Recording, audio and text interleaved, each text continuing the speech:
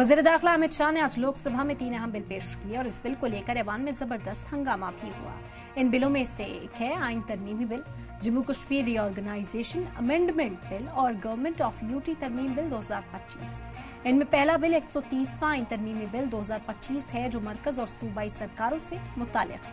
दूसरा bill UT तरमीमी bill 2025 है जो कि मरकज के जेर इंतजाम इलाकों पर नाफिज होगा। तीसरा bill Jammu Kashmir reorganisation bill 2025 है जो सिर्फ जम्मू कश्मीर के लिए है।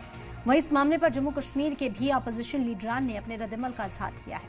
उन्होंने कहा कि जम्मू कश्मीर के लोगों को उम्मीद थी कि मॉनसून सेशन में स्टेटहुड का दर्जा बहाल करने वाला बिल पास होगा, लेकिन उसकी बजाय लोकसभा में रीऑर्गेनाइजेशन बिल पेश किया गया जो कि जमहूरियत पर एक ऐसा हमला किया जा रहा है जिसे भुलाया नहीं जा सकता।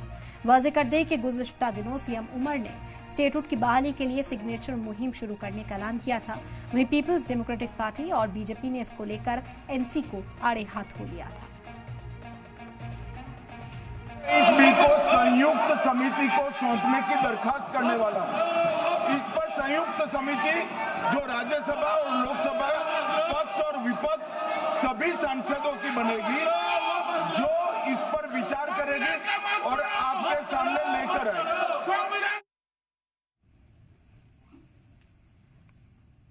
अपनी सियासी विरासत छोड़ी है, उन पे हम कारबंद होके जम्मू कश्मीर और मुल्क के मफाद में जो बातें हैं उनको आगे बढ़ाएं।